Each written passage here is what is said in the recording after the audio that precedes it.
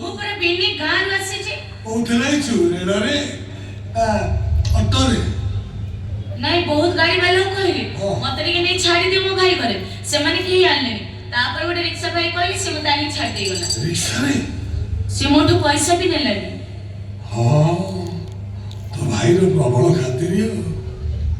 ହଁ, ମୋ ଭାଇର ବଢିଆ ଖାତିରି ଅଛି। ସେ କଣ ସେଥିପାଇଁ ନେଲାନି? ତୋ ପୁଚୁକା ପୁଚୁକା ଗାଲ, ତୋ ବଡ଼ ବଡ଼ ଆଖି, ତୋ ଗୋରା ତକ ତକ ଦେହ, ଖାଲି ତ ସଲ ସଲ। ମୋ ଭାଇ ଡାକିଲେ ମୁଁ ତା ସାଙ୍ଗେ କଥା କହି ପଳେଇବି। ଭାଇ ଆକାଶ ସେ କଣ ଅଛି? କୁଆଡ଼େ ଗଲା ସିଏ? ସେ ବା ଟ୍ରେନିଂ ପାଇଁ ଦିଲ୍ଲୀ ଯାଇଛି, 15 ଦିନ ପରେ ଆସିବ। ଟ୍ରେନିଂ? ସେଇଟା ପୁଣି କଣ? ଟ୍ରେନିଂ କଣ ଜାଣିନୁ? ଏଇ ଏବେ ଏବେ ମୁଁ ଅଛି।